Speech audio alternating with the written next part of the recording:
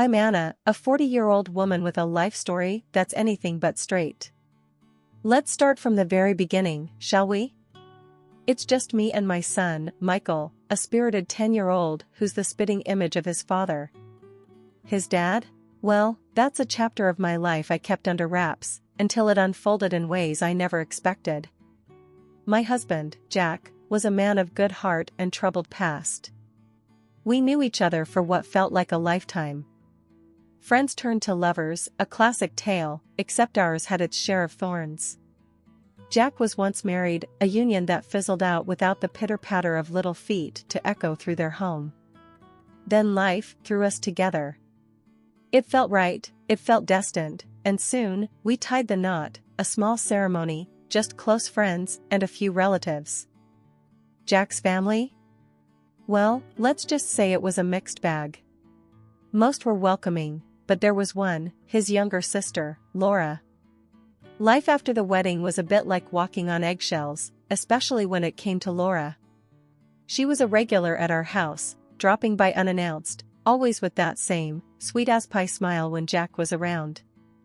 But her eyes, they were another story, darting around, taking everything in with a kind of cold calculation. One evening, not long after we got married, she came over for dinner. Jack was in high spirits, laughing and chatting about this and that. Laura was all compliments, her voice dripping with honey. "Anna, this casserole is divine.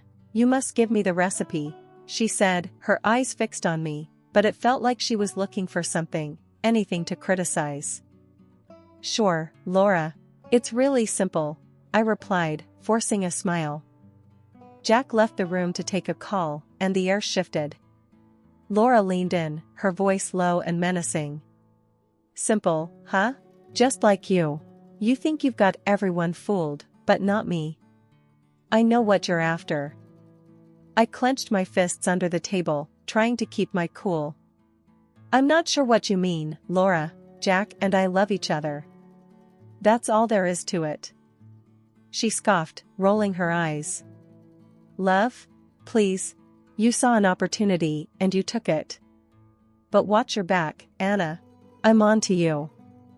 The conversation was always the same, a never-ending loop of accusations and veiled threats.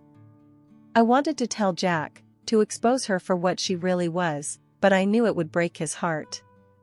He loved his sister, despite everything. So, I kept silent, hoping against hope that she'd eventually see the truth. Michael, bless his heart, tried to stay out of it, but kids are perceptive. He'd ask me, "Mom, why doesn't Aunt Laura like us?" I'd hug him tight, whispering reassurances. "She's just different, honey. But it's okay. We have each other, and that's all that matters." But it wasn't okay. Every visit, every snide remark, it chipped away at me. I felt like I was living in a house with two faces, the happy home we showed the world, and the tense, guarded reality whenever Laura was around. One day, things came to a head. Laura had been particularly venomous, going on about how I was ruining her brother's life, how I'd never be a real part of their family. I'd had enough. "Look, Laura, I don't know what your problem is, but this is my home too. I'm your brother's wife, whether you like it or not. So cut the crap and either treat us with some respect or don't come back." Her eyes narrowed, a smirk playing on her lips. "Oh, I'll be back, Anna. After all, someone has to keep an eye on you. Just remember, you're nothing here. You're just playing pretend, and I'm not buying it." After she left, I slumped against the door, feeling drained and defeated. It was like living with a ghost, a constant, nagging presence that refused to leave us in peace. Laura was a piece of work. To Jack, she was sweetness personified, always complimenting my home, my cooking. But the moment his back was turned, the mask would drop, and so would my heart. "Playing house, Anna?" Laura would sneer the minute we were alone, her eyes scanning the room like she was looking for dirt. "You think you've snagged yourself a golden ticket with my brother, huh?" I'd grit my teeth, forcing a smile. "Laura, I love Jack. This isn't about money or comfort. It's about being a family. Family? She'd scoff, tossing her hair back. Please, you and that kid are just extra baggage he decided to pick up. But don't worry, I see right through you. Her words stung, but I kept my composure, for the sake of peace, for the sake of the man I loved. Jack was oblivious to this side of Laura, or maybe he chose to be. He adored his sister, despite her faults, and I tried for his sake. At gatherings, Laura's dual nature was on full display. With Jack in the room, she was all praises and smiles. But let him step out, and her words turned sharp, her glances scalding. I did my best to navigate these waters, keeping my distance, keeping my calm. Anna, why do you even bother with her? My best friend, Rachel, would ask. She's nothing but trouble. I know, Ratch, I'd sigh, sipping my coffee, but she's Jack's sister. What can I do? I just hope one day she'll come around. But deep down, I knew.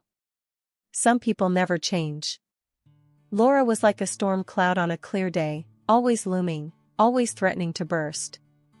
Yet, I held on to hope, a hope that perhaps, one day, we'd find some common ground. As for Michael, he was too young to understand the undercurrents, too innocent to see the disdain in Laura's eyes. He just knew her as his aunt, the one who gave him stiff hugs and forced smiles.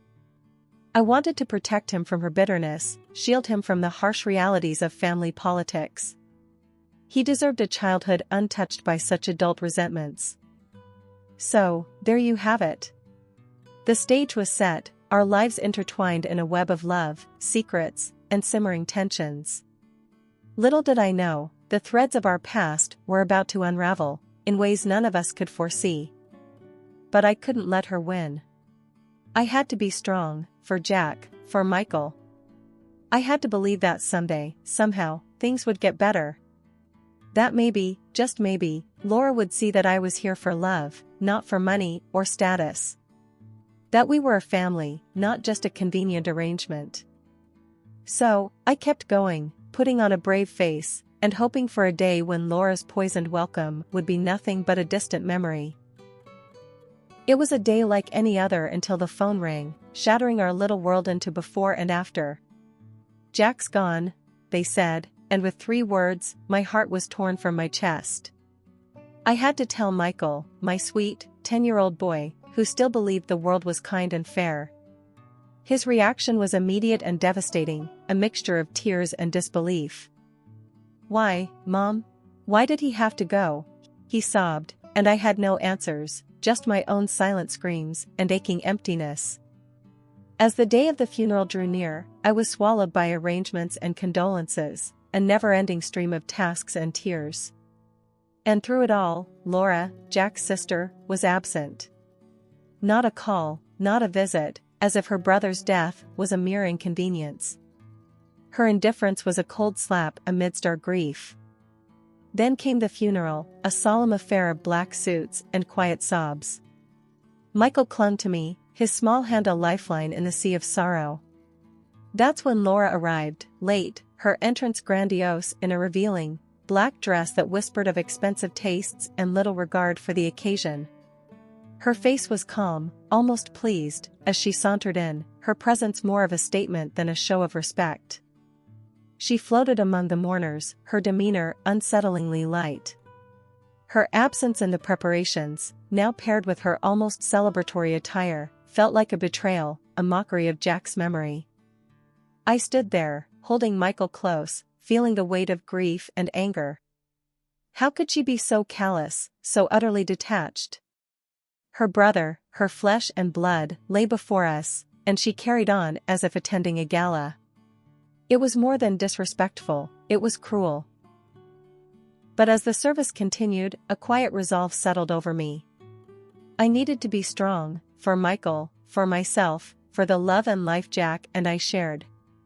I whispered a silent prayer, not just for Jack, but for myself. Give me strength, I implored, feeling the gentle touch of something greater than myself steadying my heart. Help me through this day, through this pain. Let me be the anchor for Michael, as we navigate these dark waters." As the final words were spoken and the mourners began to disperse, I felt it, a subtle yet profound fortitude. The pain was still there, sharp and unyielding, but so was a newfound determination. We would move forward, carrying Jack in our hearts, enduring the loss, the betrayal, and whatever else might come. Laura's actions, her unsettling glee, would need to be addressed, but not now. Now was for mourning, for holding tight to the pieces of our shattered world. And as we prepared to leave the church, I knew we weren't alone. In our hearts, in our memories, Jack lived on, and with that knowledge, I found the strength to take the first step into our new, uncertain future. As the priest wound down the service, Laura pushed through the crowd, her face all twisted up in a smirk that didn't belong. "I got something to say," she announced, her voice cutting through the murmured condolences like a knife. Everyone turned, a collective breath held. She scanned the crowd, her eyes finally landing on me and Michael. "Anna here, she's nothing but a gold digger.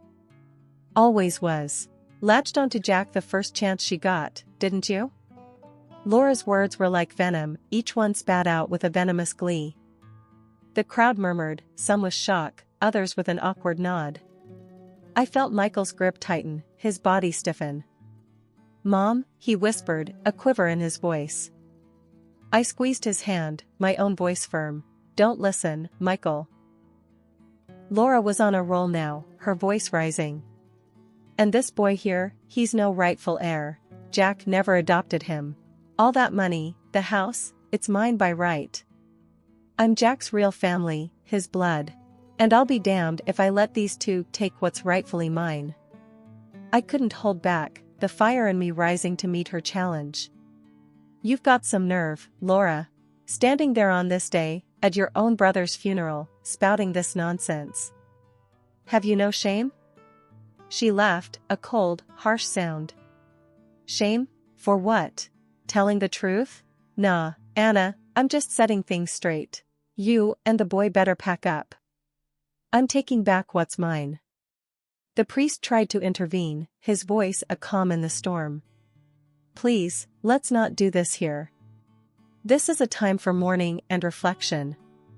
But Laura brushed him off, her eyes locked on mine, full of challenge and malice.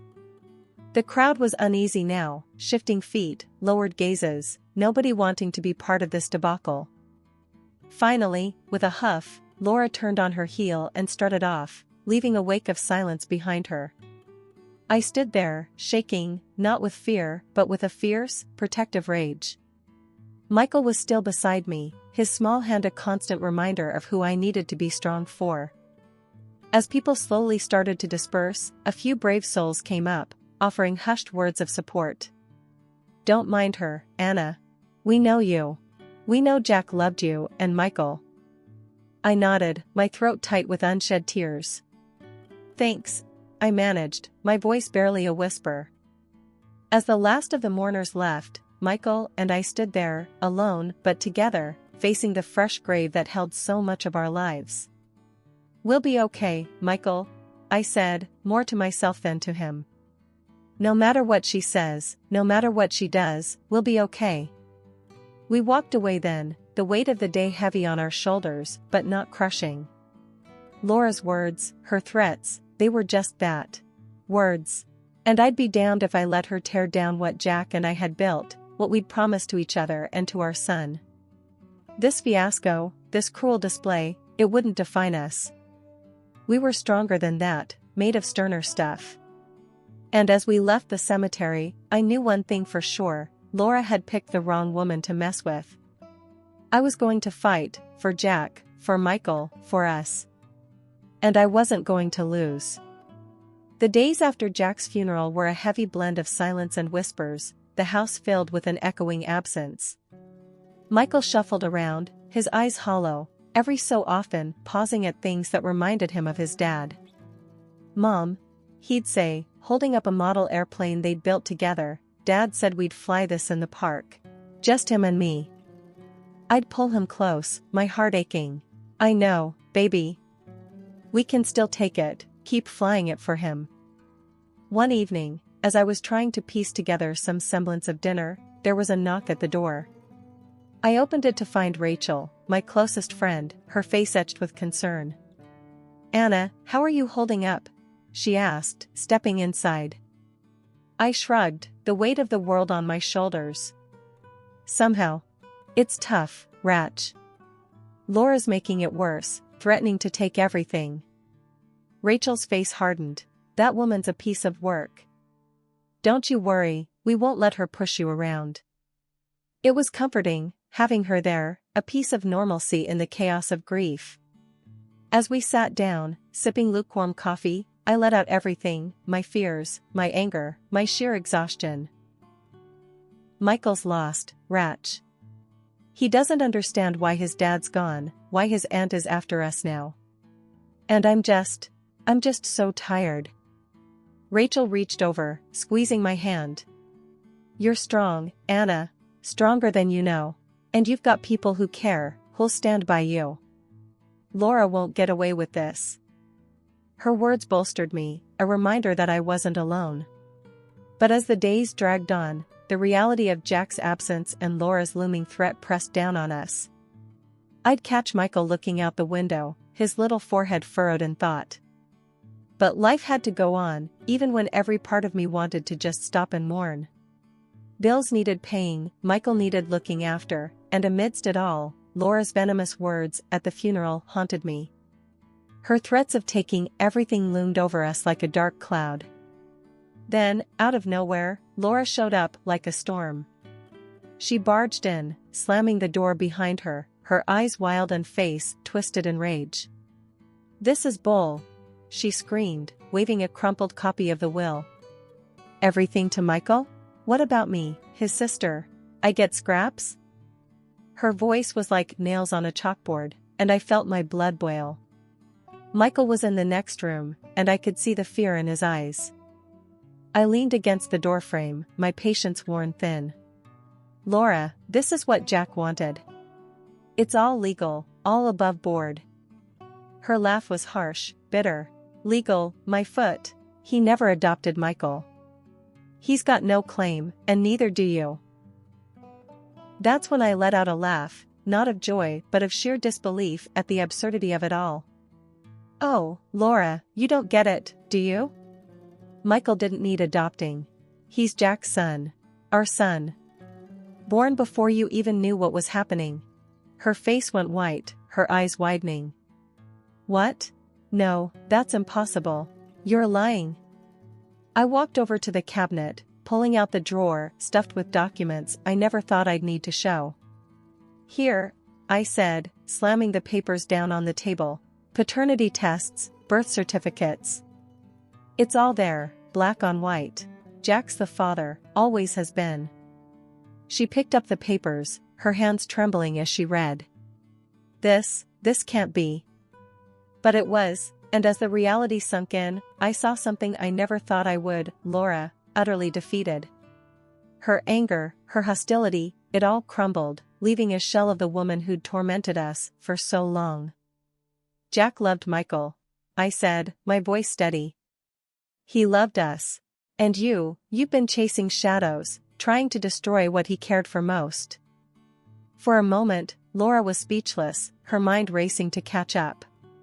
Then, with a scream of rage, she stormed out, slamming the door behind her. I collapsed into a chair, my heart racing, but with a grim satisfaction. The truth was out, and Laura's world had just come crashing down. Michael peeked out from the other room, his eyes wide. "Is she gone, Mom?" I nodded, getting up to hug him. "Yes, baby, she's gone. And she's not going to bother us anymore." He hugged me back, a small, trembling hug of a kid who'd seen too much. "I wish Dad was here," he whispered.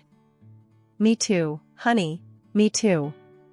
But he wasn't, and now it was just us, against the world, against Laura's greed and spite. But we were strong, and we were together. And with the truth on our side, I knew we'd make it through. Whatever it took, we'd face it head on, just me and my boy, together. Laura's departure from our last confrontation was a scene I won't easily forget. She stumbled out, a chaotic mix of anger and despair, her threats and sobs trailing behind her. The door slamming shut felt like the end of an era, one filled with bitterness and conflict. As the days turned to weeks, whispers about Laura started to reach me. The neighborhood grapevine was abuzz with her latest misfortunes. She was drowning in debt, the kind that swallows you whole. Turns out, she'd been gambling on a big payday from Jack's estate, and when that fell through, her whole house of cards started to collapse. One day, Rachel stopped by with the latest gossip. "You heard about Laura?" she asked as she settled onto the sofa. I nodded, weary. "Bits and pieces. Sounds like she's in deep." Rachel's eyes were wide with the thrill of the news. "Deep? She's practically buried. Loans, debts, you name it. She bet everything on getting Jack's money, and now she's paying for it." I shook my head, a bitter taste in my mouth. "She brought it on herself." I warned her, but she wouldn't listen. "Yeah, well, now she's running scared," Rachel continued. "People are looking for her, and not the friendly kind. She's a ghost, hiding from everyone she owes." The thought of Laura, so haughty and cruel, now reduced to a fugitive, it was a stark turnaround. Part of me felt vindicated, but another part, a part one wasn't so proud of, felt a pang of pity. I sighed, rubbing my temples. What a mess. I can't say I'm surprised, but... God, what a waste. Rachel nodded, her expression sobering. "Yeah, it's a bad business all around. Just goes to show, what goes around comes around." The conversation shifted, life moved on, but the story of Laura's descent stayed with me. It was a somber reminder of how quickly life can unravel when greed and vengeance take the wheel. Michael, ever sensitive to the undercurrents, asked one evening, "Mom, what's gonna happen to Aunt Laura?" I looked at him, his young face concerned and curious. "I don't know, honey. She's made some bad choices, and now she has to face the consequences." As the days turned into weeks and then months, the chaos that Laura brought into our lives began to fade, becoming more of a distant, if unpleasant, memory. Michael was doing better at school, his smiles more frequent and his laughter genuine. And me? I was finding my footing again, learning to navigate the world as just me and my son. One quiet evening, Michael and I were sitting on the porch, watching the sun dip below the horizon. He was chatting about his day, the usual mix of school stories and little boy adventures. "Mom," he said suddenly, his tone shifting to something more serious. "Do you ever miss Dad?" The question caught me off guard, a lump forming in my throat.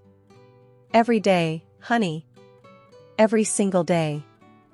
He nodded, leaning against me. "Me too. But I think we're doing okay, right? Just the two of us?" I hugged him close, a smile breaking through the tears threatening to spill. "Yeah, kiddo. We're doing more than okay. We're doing great." And it was true. Despite the grief and the trials, we were finding our way through, stronger and more connected than ever. I looked at Michael, this incredible little human who'd been through so much, and felt a surge of pride. Our conversation was interrupted by a knock at the door. It was Rachel, her face beaming as she held up a couple of pizza boxes. "Thought you guys might be hungry," she said, winking at Michael. His face lit up, all earlier seriousness forgotten at the prospect of pizza. "Auntie Ratch, you're the best." We gathered around the table, a small, makeshift family, laughing and sharing slices. It was these moments, simple and unassuming, that I cherished the most. They were a reminder of what we'd overcome and a promise of what was still to come. We sat in comfortable silence, the night wrapping around us like a blanket. I thought about the future, about all the possibilities and challenges it held. It was unknown, uncertain, but it was ours to shape. And as I looked at the stars twinkling above, I made a silent vow. To keep living, to keep loving, to never forget the past, but not let it define us either. We had a whole world ahead of us, and I was ready to face it head on, with Michael by my side. And it felt right, it felt good. We were moving on, stepping into a new day with our heads held high and our hearts open. Whatever came next, we'd be ready for it, together.